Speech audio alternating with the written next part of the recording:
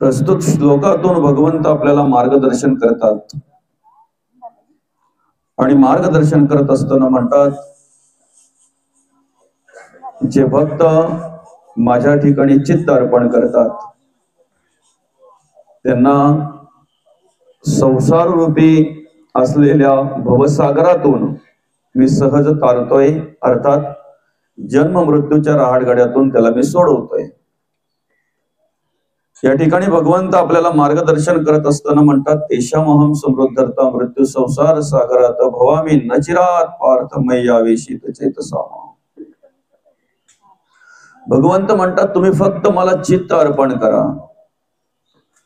तुम्ही जर मला चित्त अर्पण केलं तर हा जो भवसागर आहे, जो तरुण जाण्यास दुस्तर आहे, जो तरुण जाण्यास कठीण आहे, त्या संसार रूपी भवसागरातून मी तुम्हाला सहज तारेण।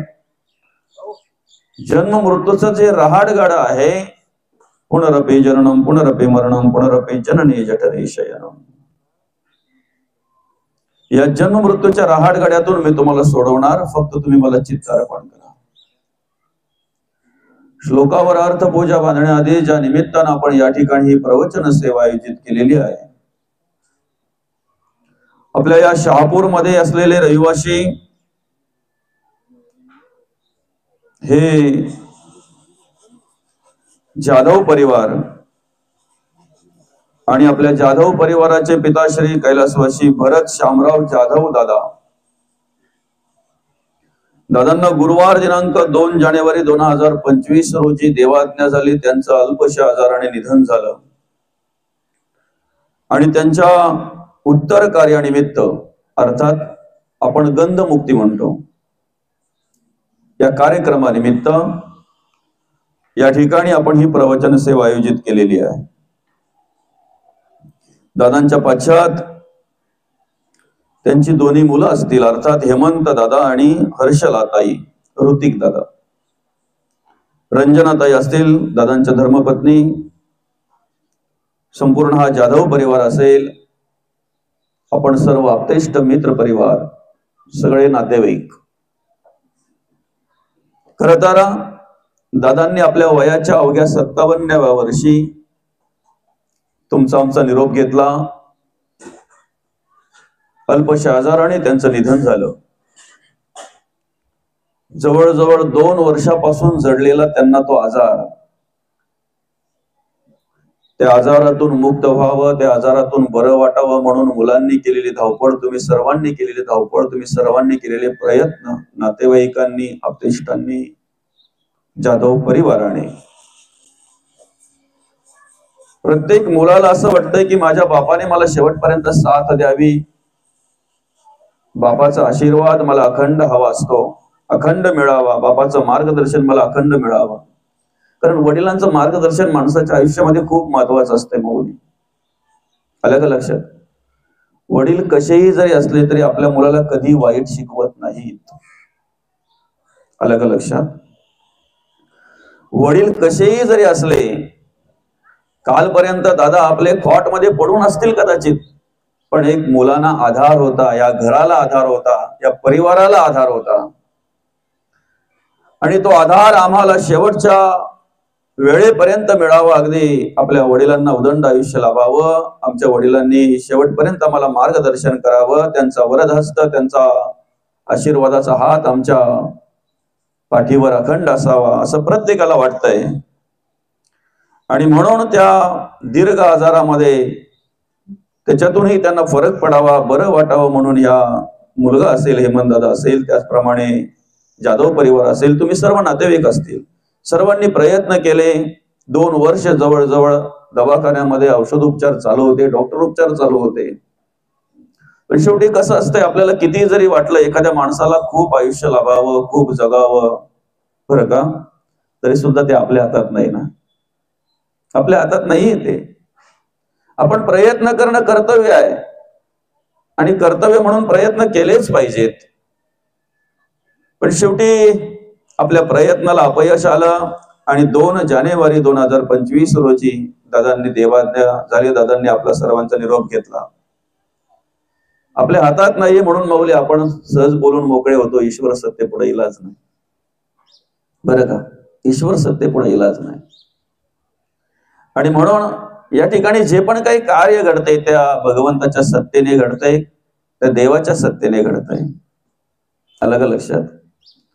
आपण जे चालतोय बोलतोय सगळं काही कार्य करतोय हे कुठपर्यंत चालतंय? जोपर्यंत देवाची साथ आहे तोपर्यंत. एकदा काय त्या देवाने साथ सोडली की मग आपण बोलतोय अमुक माणूस गेला, तो माणूस तर देहाने आपल्या समोर पडलेला असतो, असतो की नाही? देहाने पडलेला असतो, शरीराने पडलेला असतो. तो हालचाल करू शकत नाही, कोण आलाय कोण नाही पाहू शकत नाही, बरं का? चाले हे शरीर कोणाचे सत्य कोण बोलविते हरिविण, देखवी ऐकवी एक नारायण तयाचे भजन चुकू नका, माणसाची देव चालवी अहंता मीची एक करता म्हणू नये, वृक्षाचेही पान हाले त्याची सत्ता, राहिले अहंता मग कोठे.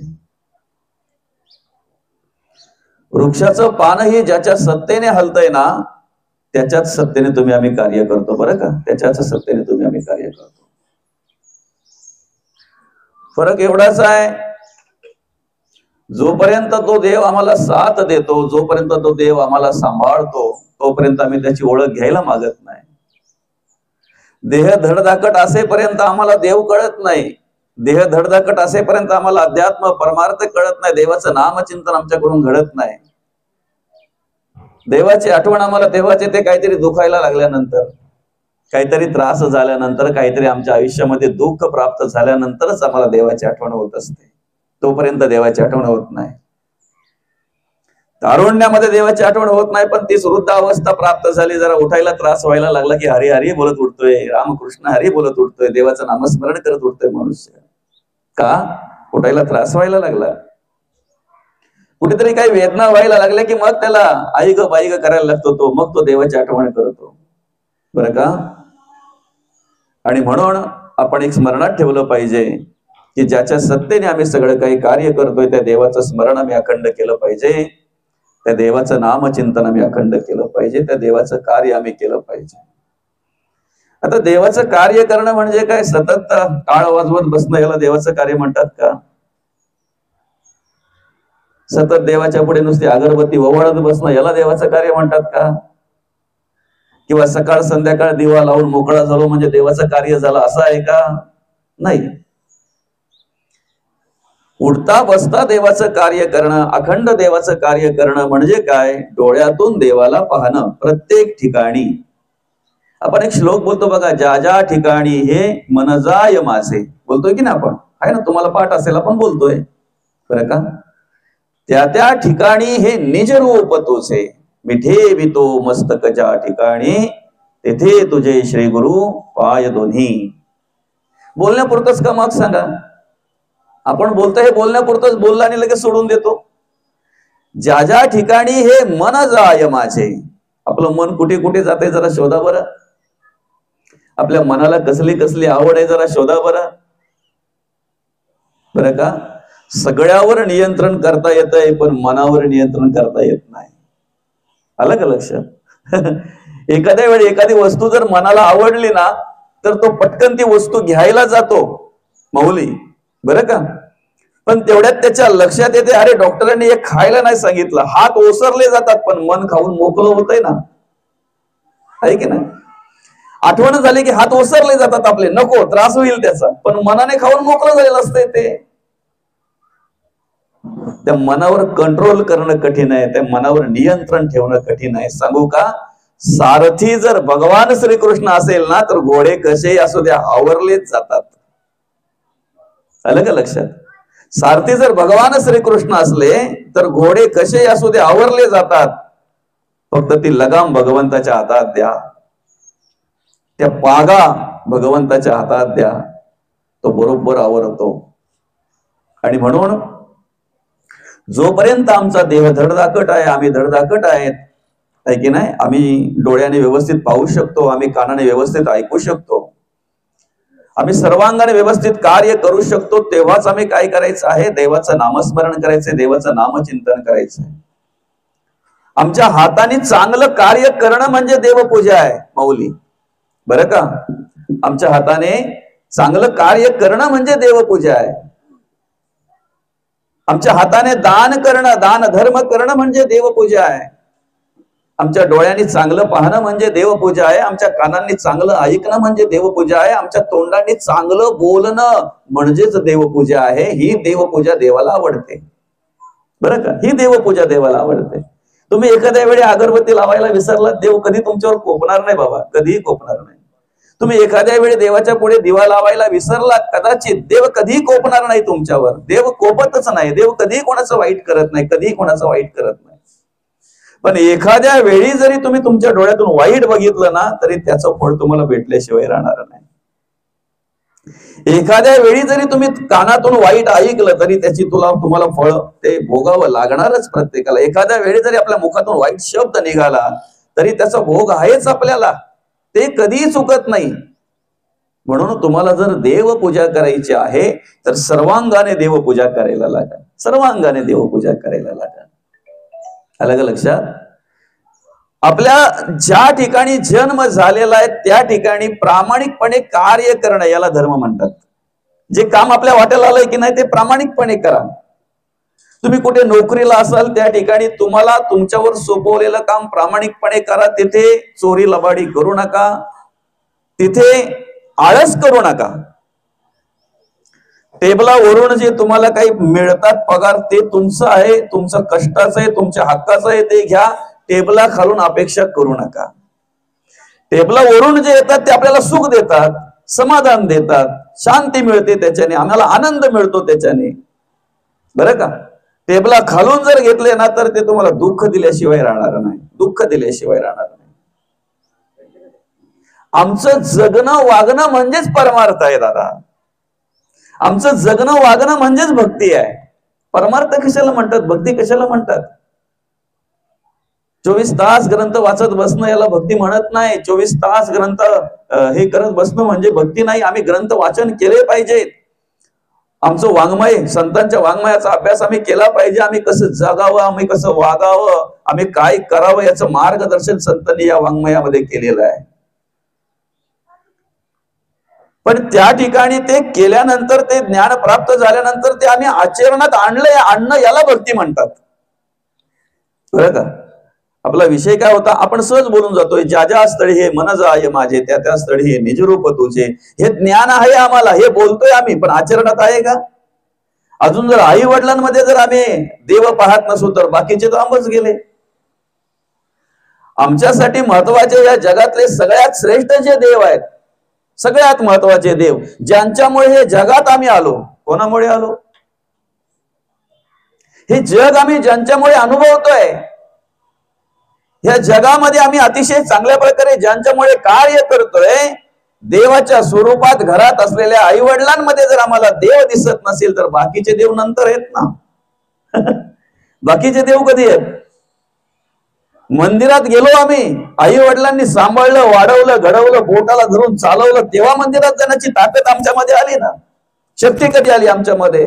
ते मंदिर आहे हे आमच्या आईने आम्हाला सांगितलं, आमच्या बापाने आम्हाला सांगितलं. ते मंदिर आहे, हा देव आहे, याला देव म्हणतात, याला देवपूजा म्हणतात. हे आमच्या आई वडिलांनी आम्हाला शिकवलं, हे आमच्या आई वडिलांनी आम्हाला मार्गदर्शन केलं. म्हणून महत्वाचे देव आमच्या आयुष्यातले आमचे आई वडील आहेत. सर्वत्र देव आम्हाला पाहायचा आहे, सर्वत्र आम्हाला देवाची पूजा करायची आहे. आज त्याच आई वडिलांची जर हाल अपेक्षा आम्ही जर करत असू, त्याच आई वडिलांचा जर तिरस्कार आम्ही करत असू, त्या आई वडिलांच्या अंतःकरणामध्ये, अर्थात त्या आई वडिलांमध्ये जर आम्हाला देव दिसत नसेल तर आम्ही बाहेरच्या देवांची काय पूजा घडणार आहे आमच्याकडून, सांगा ना. मरणदायी यातना भोगून आईने आम्हाला जन्म दिलेला आहे माऊली. मरणदायी यातना, मृत्यूच्या दाढेत जाऊन आई आलेली आहे. काही वेळेला डॉक्टर विचारतात, पण तुम्हाला फळ पाहिजे का झाड पाहिजे? एवढ्यापर्यंत वेळ आलेली असते माऊली. बाळ पाहिजे की आई पाहिजे, दोघांपैकी एक कोणतरी जाणार. अशा वेळी सुद्धा ती आई बोलते, मला काही जरी झालं तरी चालेल, माझं बाळ वाचलं पाहिजे. मला काही झालं तरी चालेल, माझं बाळ वाचलं पाहिजे. मग सांगा ना, स्वतः मृत्यूच्या दाढेत जाऊन आलेली, स्वतः मरणदायी यातना भोगून जी आई आम्हाला जन्म देते, जी लक्ष्मी आम्हाला जन्म देते, ती देवी आम्हाला जन्म देते, त्या देवीला कधीतरी आपण विचारलंय का तुला कुठला नैवेद्य दाखवू आई? तुला काय हवं आहे का आई? तुझी काय आशा अपेक्षा आहे का आई? आई तुझी आवड काय आहे का? कधी विचारले आपण? आम्ही सगळ्यांच्या आवडी निवडी आमच्या आईने पुरवाव्यात. घरामध्ये तिच्या पतीने सांगावं, त्या मुलांच्या वडिलांनी सांगावं, हे अगं आई आज मला असं असं खायचं आहे, आज मला अमुक अमुक भाजी कर, मला मस्त मनसोक्त जेवायचं आहे. त्या मुलांनी सांगावं आई मला अमुक अमुक भाजी कर, त्या मुलीने सांगावं आई मला अमुक अमुक भाजी कर. 3-3, 4-4 भाज्या करणारी आई कधीतरी आपण विचारलंय का आई तुला काय आवडतंय का ग? आई तुझी आवड काय आहे कधी विचारलंय आपण? तिन्ही पैकी जी भाजी उरेल ती आईची आवड. उरली तर, नाही उरली तर जे राहील ते 2-4 घास ग्रहण करून पाणी पिऊन तृप्तीचा ढेकर देणारे दैवत, त्या दैवताचं नाव आहे आई. बरं का? मुख्य म्हणजे आम्हाला देवाची जर पूजा करायची आहे, आम्हाला जर देव पूजा करायची आहे, तर महत्वाचं काय आहे? ज्या ज्या स्थळी हे मन जाय माझे, त्या त्या स्थळी हे निजरूप तुझे. आम्हाला प्रत्येक ठिकाणी तो देव दिसला पाहिजे, देव दिसला पाहिजे. माऊली तुम्ही प्रवचन श्रवण करत असाल, कीर्तन श्रवण करत असाल, बरं का? आपण अनेक वेळा ऐकलेले आहे की एकनाथ महाराजांनी काशीशी गंगा आणली. ऐकलं असेल तुम्ही ना? ऐकलं असेल ना माऊली? काशीशी गंगा आणली आणि ती गंगा पाजली कोणाला बरं? गाढवाला पाजली, गाढवाला पाजली. आमच्या दृष्टीने आम्हाला तो गाढव दिसला, पण नाथ महाराजांच्या दृष्टीने गाढव नव्हता ना तो. समजतंय ना? आमच्या दृष्टीने तो गाढव दिसला आम्हाला, पण नाथ महाराजांच्या दृष्टीने तो गाढव नव्हता. काय मनामध्ये विचार केला? ही गंगा माझ्यापेक्षा अधिक गरज ह्या गाढवाला आहे, या ठिकाणी आहे. माझ्यापेक्षा अधिक गरज ह्या गंगेची कोणाला आहे? ते तडपडत आहे. जब प्यासे को पाणी पिलाते नाही, बाद अमृत पिलाने से क्या पाएगा. जर तुमच्याकडून तहानलेल्या पाणी पाजता येत नसेल तुम्हाला, तर ज्याला आवश्यकता नाही त्याला अमृत पाजून काही मिळणार आहे तुम्हाला? मिळणार आहे? देवपूजा कशाला म्हणतात? तहानलेल्याला पाणी पाजा, त्याला देवपूजा म्हणतात. भुकेलेला अन्न द्या, त्याला देवपूजा म्हणतात. ज्याला खरोखर गरज आहे ना अन्नाची, त्याला 2 घास जरी तुम्ही अन्न दिलं तरी तो तृप्तीचा ढेकर देऊन तुम्हाला आशीर्वाद देऊन जात असतो. ही तृप्त झालेली जी माणसं आहेत ना, ती तुमच्या जेवणाला नाव ठेवल्याशिवाय राहत नाही. कितीतरी माणसं आपण पाहतोय, अरे जेवायला बसल्या बसल्या बोलतोय ते गुलाबजाम ठेवलेले, ते गोल काय असेल लंबाटके ठेवायचे ना, ते जरा मलईवाले बोलतोय ना माणूस. ही भाजी काय ठेवली, जरा ती भाजी ठेवायची ना. अरे तू तुझ्या आवडीप्रमाणे पाहतोय, जरा इतरांची आवड बघ, इतरांची व्यवस्था बघ. ही तृप्त झालेली माणसं किती जरी जेवून गेली, किती जरी यांना पण जेवायला घातलं तरी पुण्य लाभेल की पाप लाभेल ते मला माहित नाहीये. पण ज्याला खरोखर गरज आहे अशा ठिकाणी जर आपण 2 घास जरी अन्न दिलं, तृप्तीचा ढेकर देऊन तो बिचारा आपल्याला आशीर्वाद देऊन जातो. याला देवपूजा म्हणतात. काय म्हणतात याला? देवपूजा. एखाद्या वेळी त्या देवाला नैवेद्य नंतर दाखवा रे, तो देव कधीही कोपत नाही. घरामध्ये जो आजोबा आहे तो भूक करतोय, भूक लागलेली आहे त्याला, पहिले त्याला भाकर खायला द्या. तो तृप्त झाल्यानंतर देवही तृप्त होईल. पण त्याने किती जरी आम्हाला आग्रह केला, किती जरी वेळा मागितलं, तरी घरातून काय सांगितलं जातंय? देवाला नैवेद्य दाखवल्याशिवाय तुम्हाला खाता येणार नाही, तुम्हाला देता येणार नाही. अरे तो भूक करतोय बिचारा, अंग थरथरतय त्याचं, भुकेलेला आहे तो. जरा अन्न नाही मिळालं तर त्याचं अंग थरथरायला लागतंय. पहिले त्याला द्या, त्याला चहाची गरज आहे त्याला द्या, मग नंतर देवाला दाखवा. देव कधीही कोपत नाही, हे स्मरणात ठेवा, लक्षात ठेवा बरं का. देव कधीही माणसाचं वाईट करत नाही. बरं वाईट जे होतंय ते आमच्या कर्माने होतंय. कशाने होतंय? कर्माने होतंय. आतापर्यंत तुम्ही निवाडा घ्या ना, आतापर्यंत तुम्ही विचार करा ना, 4 युगाचा विचार केला, ज्यांचं वाईट झालंय देवाने नाही केलं, कर्माने केलंय. तुम्ही म्हणाला रावणाला कितीतरी वेळा संधी दिली होती, कितीतरी वेळा, बरं का. कोणाच्या तरी रूपाने देव आपल्याला समजवत असतो ना, बाबा हे करणं वाईट आहे, दादा हे करणं वाईट आहे. कोणाच्या तरी रूपाने देव आपल्याला समजवत असतो. साधं उदाहरण आहे, एखादा माणूस जर वाईट वागायला लागला, एखादा मुलगा जर वाईट वागायला लागला, तर सर्वप्रथम देवाच्या रूपामध्ये, आई वडिलांच्या रूपामध्ये त्याला देव समजवत असतो. पहिले कोण समजवत असतो? आई वडील. ऐका, बाळा असं करू नको, बाळा तसं वागू नको, हे करणं चुकीचं आहे, ते करणं चुकीचं आहे. आई वडिलांच्या रूपाने त्याला देव समजत असतो, समजवित असतो. आम्ही काय करतो, आम्ही कसली वाट बघतो, डायरेक्ट देव आम्हाला सांगायला पाहिजे. अरे आई वडील म्हणजे देव आहेत ना. आई वडिलांच्या रूपाने तो देव समजवत असतो त्याला. तो समजला नाही तर मग शेवटी मग ती आई काय बोलते माहितीये का, भावाला फोन करते, मामाला त्या मुलाच्या, आणि मग त्याला सांगते, दादा तू तर येऊन समजव रे, जरा सांगून बघ, तुझं ऐकलं तर ऐकलं त्याने. मग एखादा कोणतरी काका वगैरे असेल त्याला फोन करते, एखादा मित्र असेल कोणतरी जवळचा त्याला फोन करते, त्याला सांगते, दादा तू तरी समजवून बघ रे, सुधारला तर सुधारला, तुझ्यात बोलण्यामध्ये जर काही त्याच्यात फरक पडला तर पडला. या अशा प्रकारे अनेक प्रकारे त्याला समजवलं जाते. आता ऐकतच नाही. मग शेवटी तो स्वतःहून स्वतःचं बरं किंवा वाईट करत असतो. आलं लक्षात ना. तुमच्या आयुष्यामध्ये जे दुःख प्राप्त होतंय किंवा सुख प्राप्त होतं, हे कोणाहीमुळे तुम्हाला मिळत नाही, कोणाहीमुळे मिळत नाही तुम्हाला. तुमची कर्म, तुमच्यामुळेच तुम्हाला सुख किंवा दुःख प्राप्त होत असते. आलं का लक्षात. सगळ्यात पहिले म्हणजे रावणाला स्वतःचा भाऊ समजवत होता. ऐकताय ना. रावणाला स्वतःचा भाऊ समजवत होता, विभीषण दादा तुझी करतोय ना ही कर्म वाईट आहे, ही चुकीची आहे, ही अधोगतीची कर्म आहेत. याच्याने काय आहे, शेवटी नाश आहे ना. अधर्माने जर तुम्ही वागलात तर पुढे नाशच आहे. ते मी का सांगायला पाहिजे, तुम्हालाही कळतंय ना. ज्याचं त्याला कळतंय बाबा मी जे करतोय ते वाईट आहे, याच्याने माझा नाश आहे, याला पाप म्हणतात. दुसऱ्याला दुःख देणं याला पाप म्हणतात की पुण्य म्हणतात? काय म्हणतात? पाप म्हणतात. बरोबर आहे ना.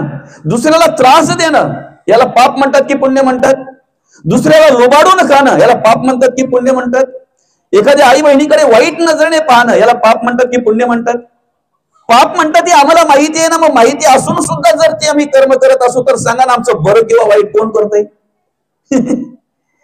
फक्त दोष आम्ही इतरांना देतो, ती बात वेगळी आहे. काही जर वाईट झालं ना माणसाचं तर माणूस काय बोलतो माहितीये का, यांच्यामुळे आमचं असं झालं. कोणामुळेही काहीही होत नाही. एखाद्या वेळी जर माझ्या ताईकडून डबल मीठ पडलं ना भाजीमध्ये, आणि जर समजा जास्तच खारट झाली, घरामध्ये आरडाओरड झाली, तर काय बोलते माहितीये का, ती मुलांवर राग करते, ह्यांच्या मेल्यांच्यामुळे माझ्याजवळून डबल मीठ पडलं का, यांनी मेल्याने लई त्रास दिला होता. आता तू टीव्ही मध्ये गेली होती, एवढी सिरियल मध्ये गेली होती का, त्यामध्ये एवढी एकरूप झाली का, तू तिथे पाहता पाहता एकदा टाकलेलं परत टाकलं, तुलाच कळत नाही. ती मुलांवर का राग काढते तू? आम्ही दोष देत असतो, ह्यांच्यामुळे आमचं असं झालं, त्यांच्यामुळे असं झालं, आमचं झालं. आमचं असं काही नाही. आमचे नातेवाईकच, आमचे शेजारीच, आमचे कुटुंबदारच. नाहीच कोणी भेटला ना तर मग शेवटी माणूस बोलतो देवाला आमचं पावत नाही. अरे कोणावर तरी खापर फोडायलाच पाहिजे का, कोणावर तरी दोष द्यायलाच पाहिजे का? सहज असं मनुष्य बघा ना, स्वतःवर कधी घेत नाही, स्वतःकडे कधीच बघत नाही. कधीतरी माणूस एक स्वतःहून बोललाय का माझ्या कर्माचे भोग आहेत? बोललाय कधी कोणी? प्रसंग जर माणसावर कधी काही आला तर स्वतःहून कधी बोललाय का माणूस, ही माझ्या कर्माची फळ आहेत, ही माझी कर्माचे भोग आहेत म्हणून कधी स्वतःहून बोललाय? ज्या दिवशी बोलेल ना त्या दिवशी परिवर्तन झाल्याशिवाय राहणार नाही. स्वतःला शोधा. विभीषण म्हणतोय दादा हे तू कर्म जी करतोय ही चुकीची आहेत. श्रीराम प्रभूंना शरण जा. जर शरण गेला तर तुझाही उद्धार होईल आणि आमचाही उद्धार होईल. हाकलून दिलं त्याला, हाकलून दिला. चल तू नाहीच पाहिजेशी ते. त्याची मोठेपणा करतोय ना तू. तू खातोय कोणाचा रे, राहतोय कुठे रे तू?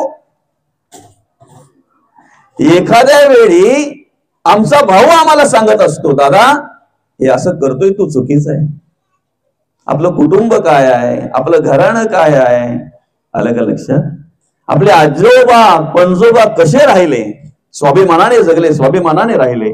तू आज कसं राहतोय रे दादा? भाऊ स्वतःचा सांगत असतोय ना, कसं जगावं, कसं राहावं, काय करावं, स्वतःचा भाऊ सांगत असतो.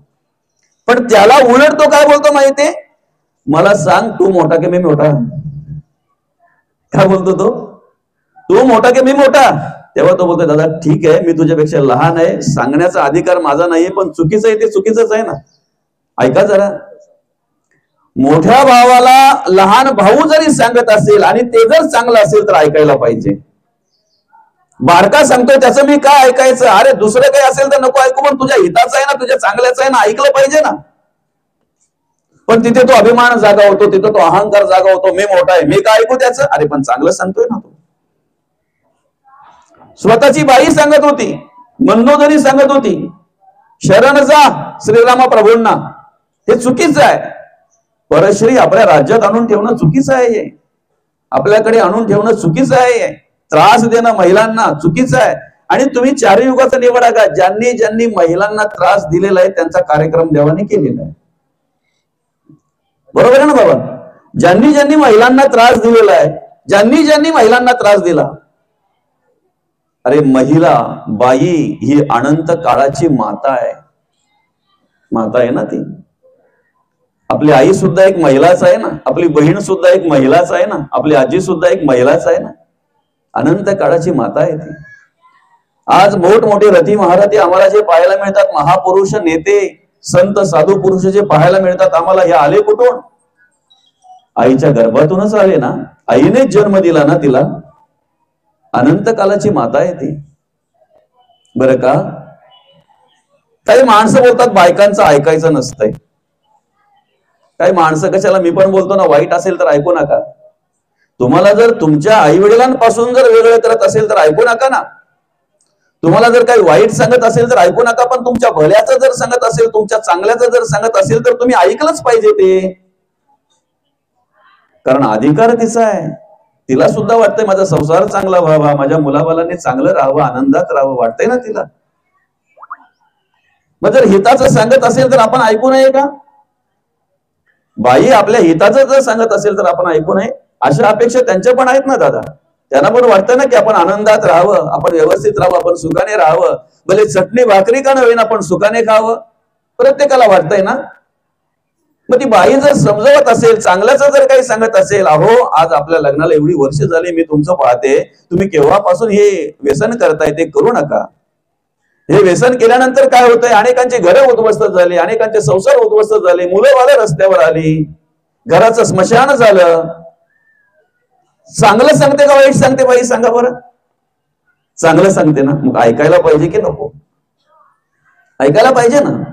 कारण प्रत्येकाच्या अशा अपेक्षा असतात. प्रत्येकाला वाटतंय माझ्या नवऱ्याने मला शेवटपर्यंत साथ द्यावी, माझ्या बाईने माझ्या शेवटपर्यंत साथ द्यावी. प्रत्येक मुलांना वाटतंय की आम्हाला अनेक वर्षांपर्यंत आमच्या आई वडिलांचा आशीर्वाद लाभावा आणि त्यासाठी आम्हाला आमच्या आई वडील हवे आहेत. म्हणून ती बाई सुद्धा सांगत असते. नाही ऐकलं ना तिचं, मंडोदरीचं ऐकलं का त्याने? रावणाने ऐकलं मंडोदरीचं? नाही ऐकलं. पुढे ऐका ना, पुढे ऐका. रावणाचा एक मुलगा भर सभेमध्ये सांगतोय रावणाला, बाबा दादा काय बोलत असेल ते, डॅडी बिडी काय बोलत असेल ते, बरं का.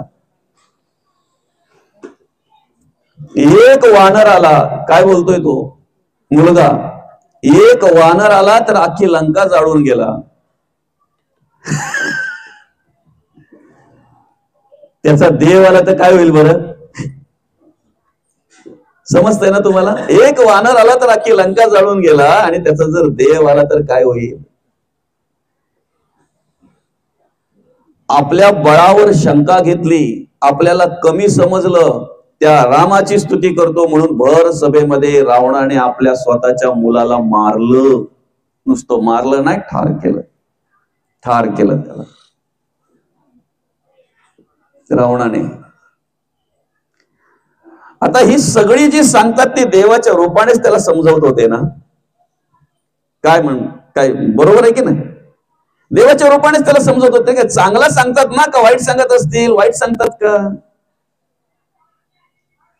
माणसाचा एक स्वभाव आहे, वाईट जर कोणी सांगितलं तर लगेच ऍक्शन घेतो. तुला ना, तुझ्याबद्दल ना तो अमुक अमुक असा असा बोलत होता, लगेच बोलतो तो खरं आहे का हे बघतोस मी त्याला, लगेच ऍक्शन घेतो, लगेच क्रिया करायला लागतो तो. चांगलं जर सांगितलं ना,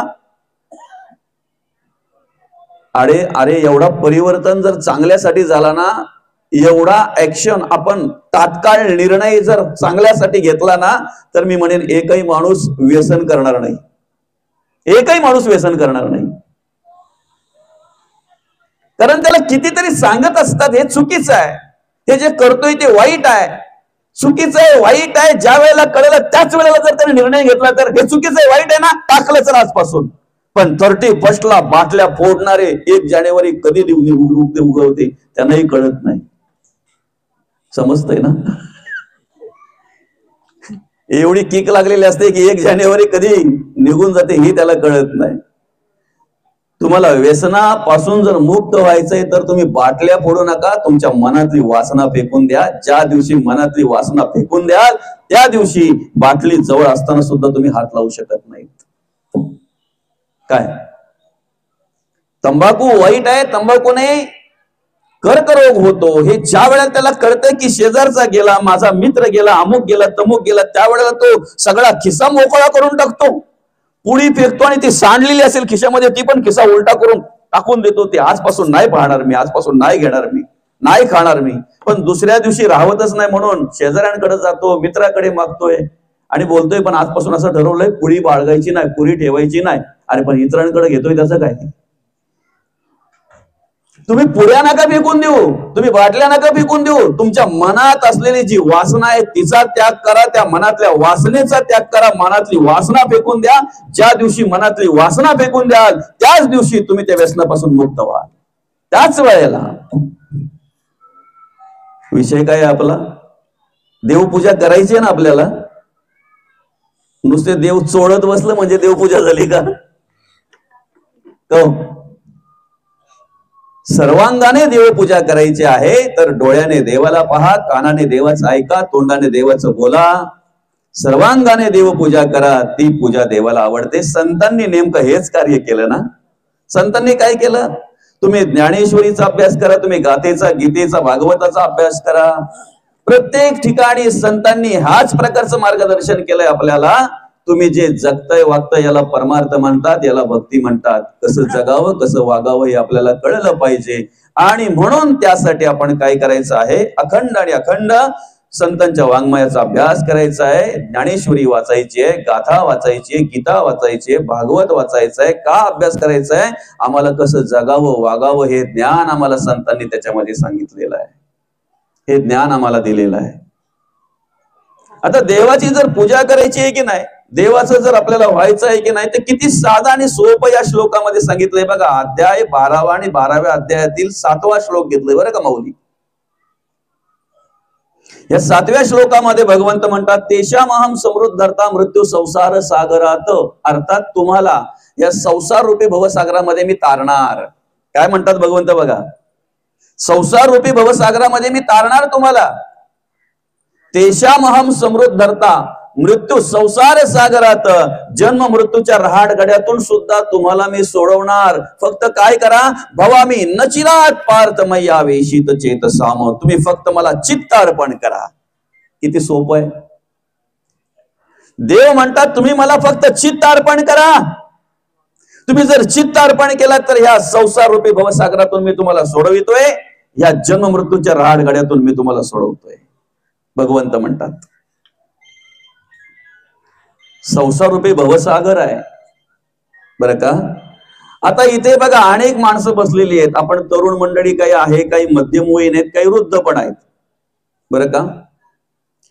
तरुणांना माझा प्रश्न आहे, तुम्ही किती वर्ष संसार केला म्हणजे तुमचा संसार पूर्ण होईल? मध्यमवयींना प्रश्न आहे, काही झाल्यासारखा वाटतो का संसार पूर्ण असा थोडाफार तरी? आणि वृद्धांनाही प्रश्न आहे, बस झाला असं वाटतंय का तुम्हाला? आता वाटतंय? मरेपर्यंत संसार संपत नाही, मरेपर्यंत बरं का, मरेपर्यंत संसार संपत नाही. संसार प्रपंच कशाला म्हणतात ऐका. जगामध्ये असलेली जी वस्तू आम्हाला दिसते ती वस्तू प्राप्त करून घेण्यासाठी जी आमची धावपळ चालू असते तिला संसार प्रपंच म्हणतात. आता शोधा प्रत्येकाने ज्याची त्याची धावपळ कशासाठी आहे.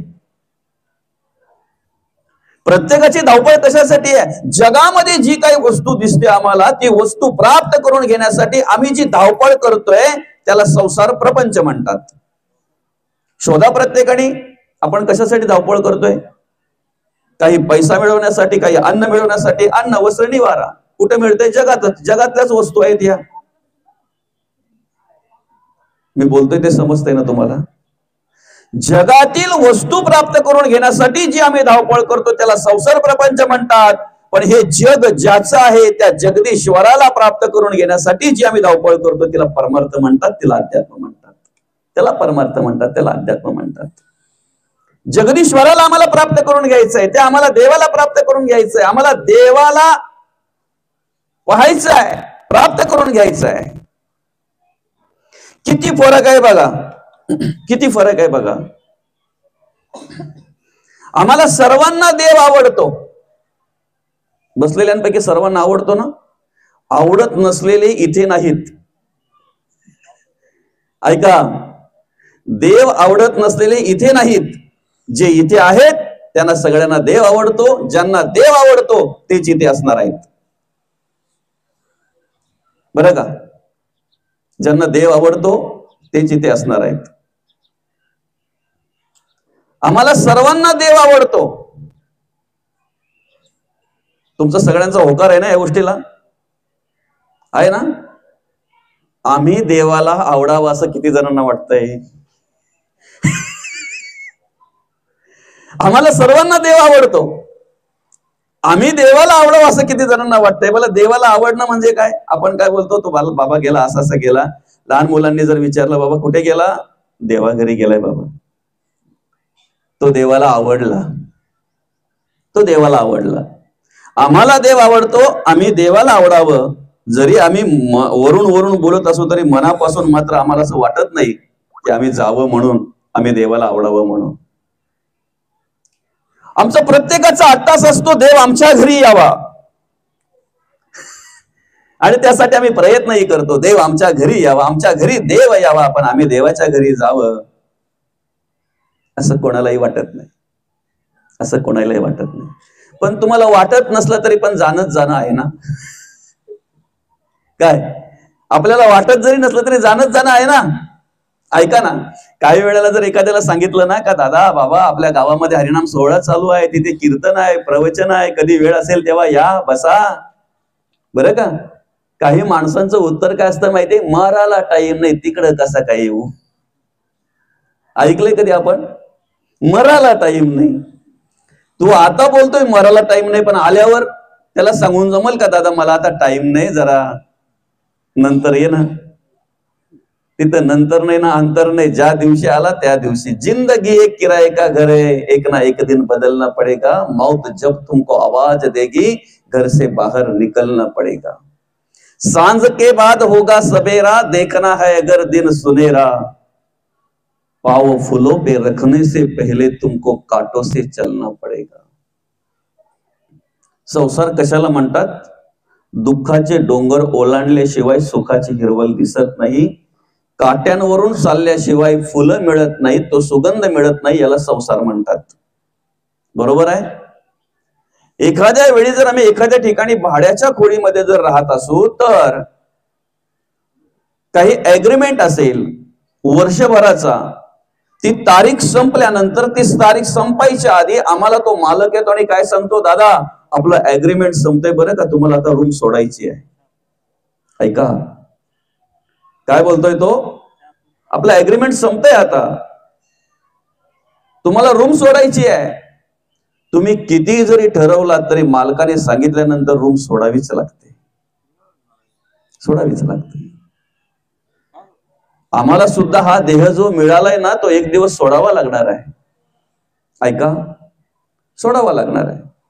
फरक एवढाच आहे, आमच्या ऍग्रीमेंटवर तारीख असते, ती काही दिवस आम्हाला माहिती असते. इथे काही दिवस नाही, काही काळ पण आम्हाला माहित नाही, काही वेळ पण आम्हाला माहित नाहीये. दादा इथे बसलेल्यांपैकी सर्वांना जन्मतारीख माहित असेल, पण कोणाला मृत्यूची तारीख माहित आहे? आहे का कोणाला मृत्यूची तारीख माहिती? मला कधी जायचंय ते माय माऊली तुम्ही नाही ना, कोणालाच नाही ना. दादा बाबा आप्पा काका कोणाला माहिती आहे मृत्यूची तारीख, कधी जायचंय ते? नाही, नाही माहिती. आमचं आयुष्य किती असावं हे आमच्या हातात नाही आहे. म्हणून तर 100 वर्ष वय सांगितलेले, 100 वर्ष आयुष्य सांगितलेलं आहे, पण या ठिकाणी 100 वर्ष भेटत नाही, मिळत नाही. 57व्या वर्षी दादांनी निरोप घेतला आपला. माझं वय वर्ष 43-44 आहे. आता जाता जाता जर कमी जास्त काही झालं, काही होऊ शकतंय ना, कोणत्या वेळेला काही होऊ शकतंय. कोणत्याही वेळेला माणसाचा नरदेह देह मनुष्य देह म्हटल्यानंतर पाण्याचा बुडबुडा आहे, निर्माण झाला काय आणि फुटला काय? बरं का? आयुष्य किती असावं हे आमच्या हातात नाही आहे, पण आयुष्य कसं असावं हे मात्र आमच्या हातात आहे. नक्की ना? किती असावं हे आमच्या हातात नाही आहे, पण कसं असावं हे आमच्या हातात आहे. ऐका ना, आम्हाला जे आयुष्य भगवंताने दिलंय ना, ही अमूल्य भेट आहे, याची कोणीही किंमत करू शकत नाही. 2 वर्षापर्यंत आमचे दादा आजारी होते, आजाराने ग्रासले गेले.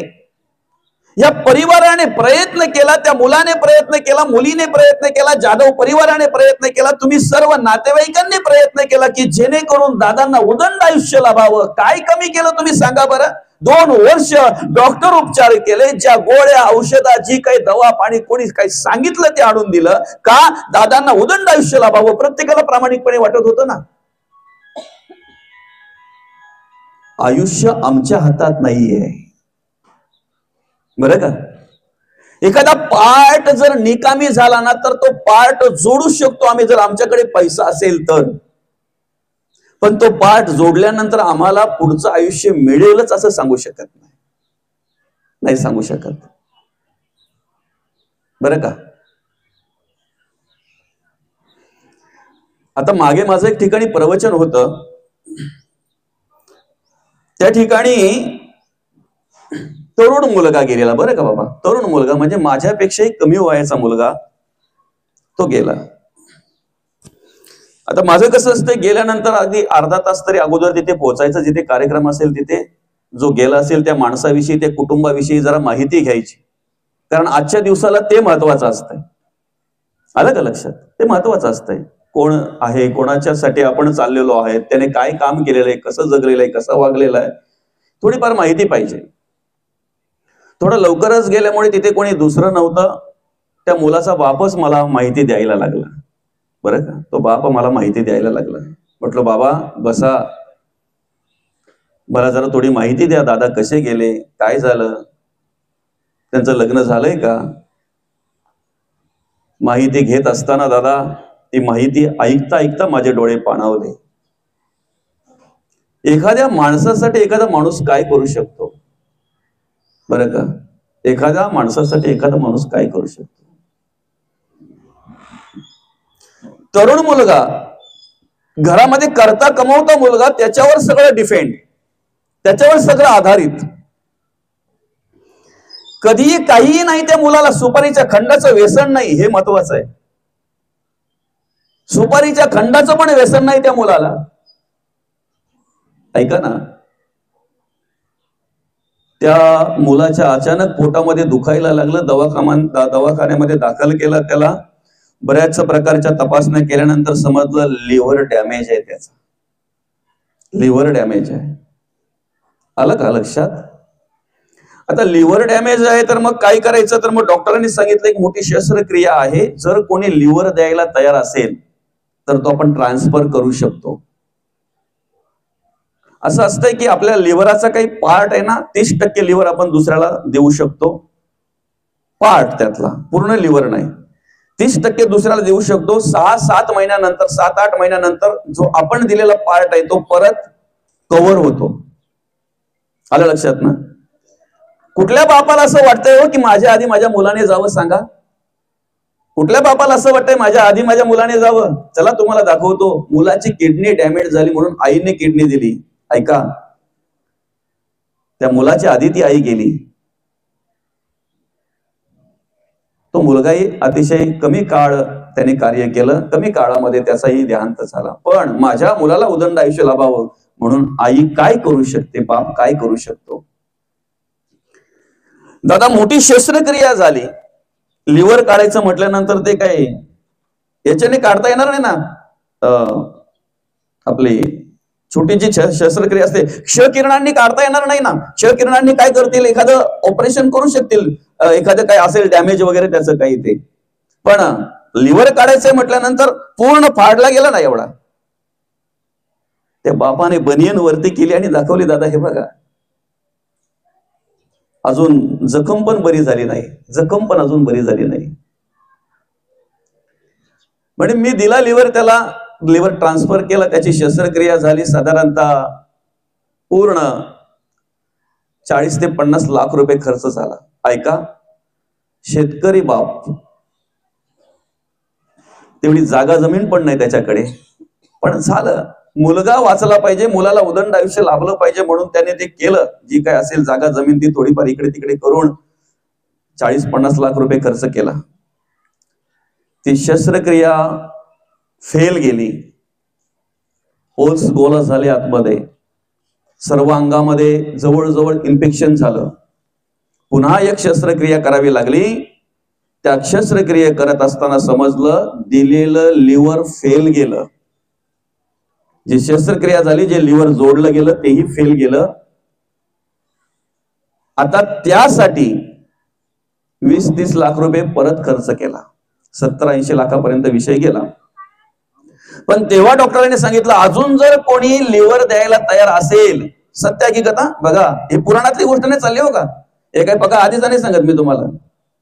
तेव्हा त्या डॉक्टरांनी सांगितलं, पुन्हा जर कोणी लिव्हर द्यायला तयार असेल तर आपण ते जोडणी करू, कदाचित मुलगा वाचेल. ऐका, फक्त 3 वर्षे लग्नाला झाली होती दादा. किती? 3 वर्ष. लहान बाळ आहे, त्याची बाई डॉक्टर, जस्ट आताच पूर्ण शिक्षण झालेलं आहे. त्याच्या बायकोने लिव्हर दिलं. 3च वर्ष फक्त लग्नाला झाली होती. लहान मुलगी आहे. सासरा इकडे शस्त्रक्रिया करून फॉट मध्ये आहे, घरात करता कमवता कोण नाहीये, तिकडे मृत्यूच्या दाढेमध्ये नवरा आहे. अशा अवस्थेत असताना त्या बाईने स्वतःच लिव्हर दिलं, काही पार्ट दिला 30%. मोठी शस्त्रक्रिया तिची झाली. का? माझा नवरा वाचला पाहिजे, माझ्या नवऱ्याला उदंड आयुष्य लाभलं पाहिजे. ऐका ना, शस्त्रक्रिया झाली, दादा घरी आला. 1-1.5 महिना आनंदाने राहिला आणि 1.5 महिन्यानंतर अचानक ताप भरला. दवाखान्यात नेलं, दाखल केल्यानंतर सगळ्या तपासण्या केल्या.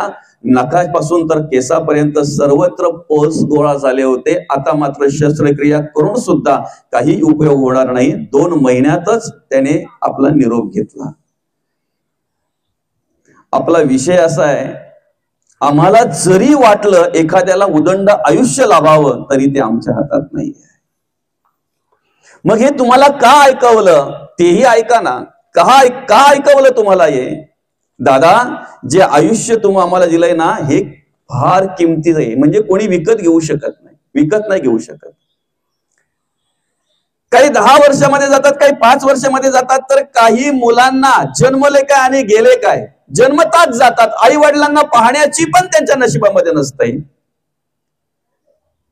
आज जो आयुष्य आम्हाला दिलेलं आहे भगवंताने, 30 वर्षे, 40 वर्षे, 50 वर्षे, 60 वर्षे, 70, 80 वर्षाचे बाबा इथे बसलेले आहेत.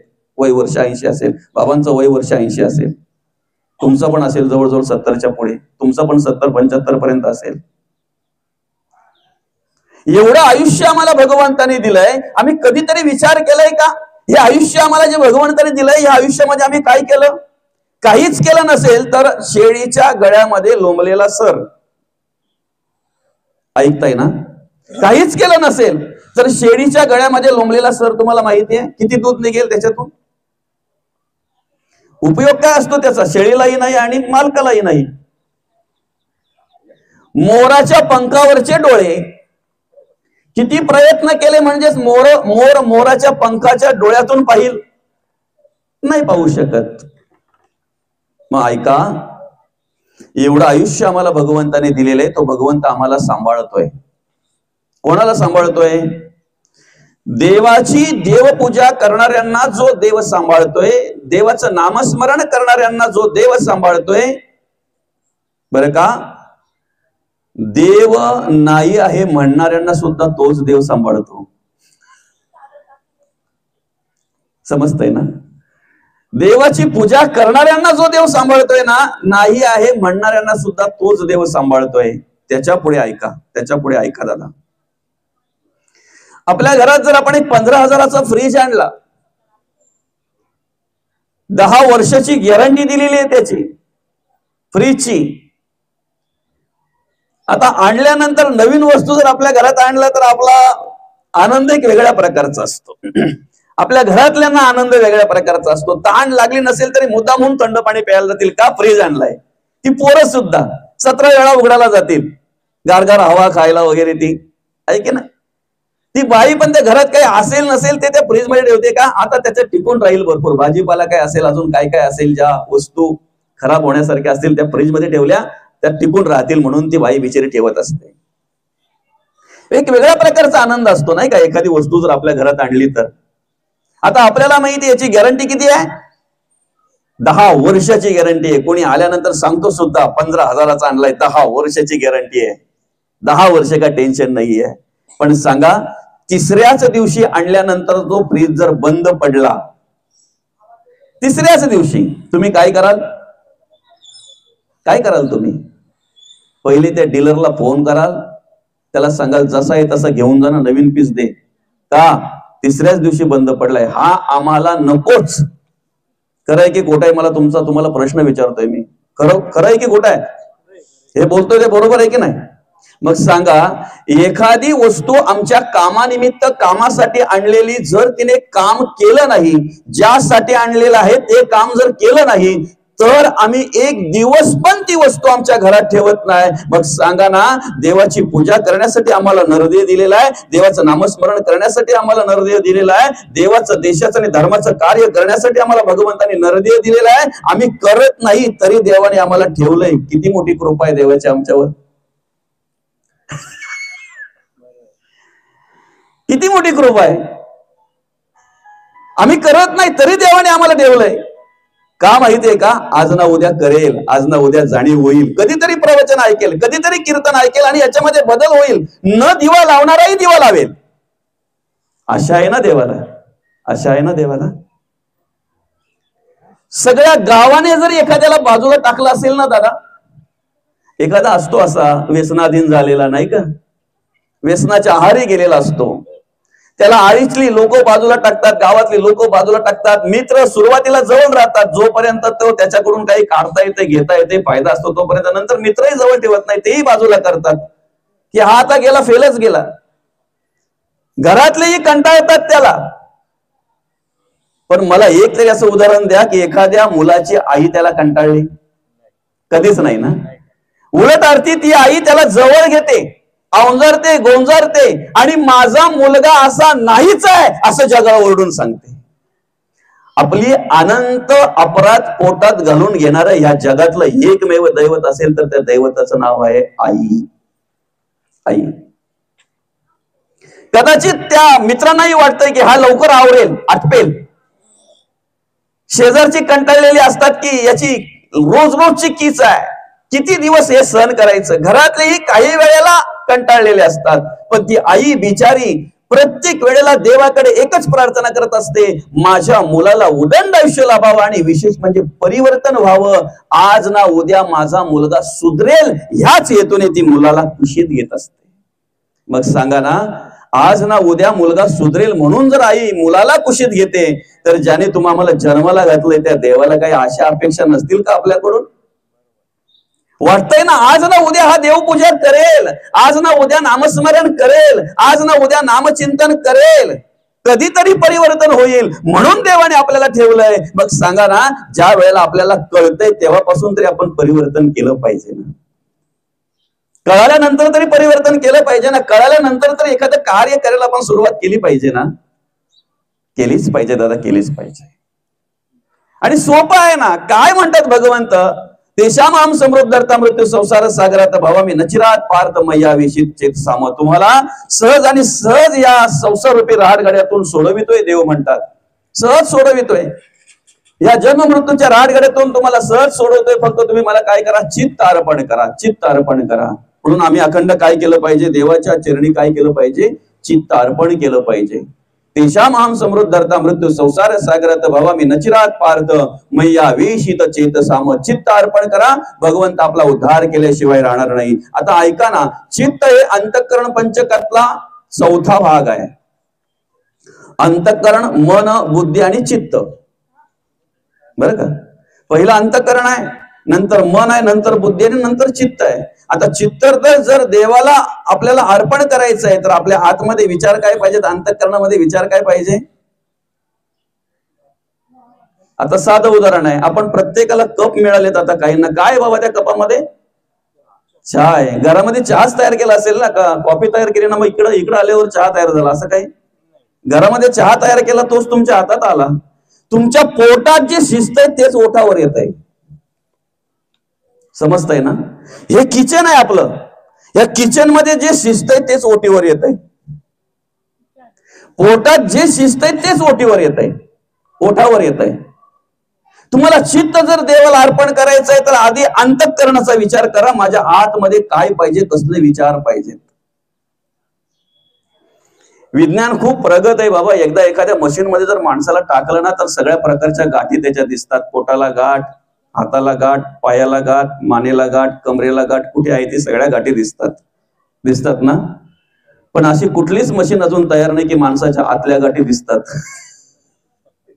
काय एखादा माणूस जवळ येतोय 2-2, 4-4 महिने आपल्याशी मस्त गोड गोड बोलतोय, भावाप्रमाणे प्रेम करतोय ना, आपल्यावर उरफटल्यावर मग आपण बोलतो अरे 4 महिने माझ्या जवळून बसला ना आपण.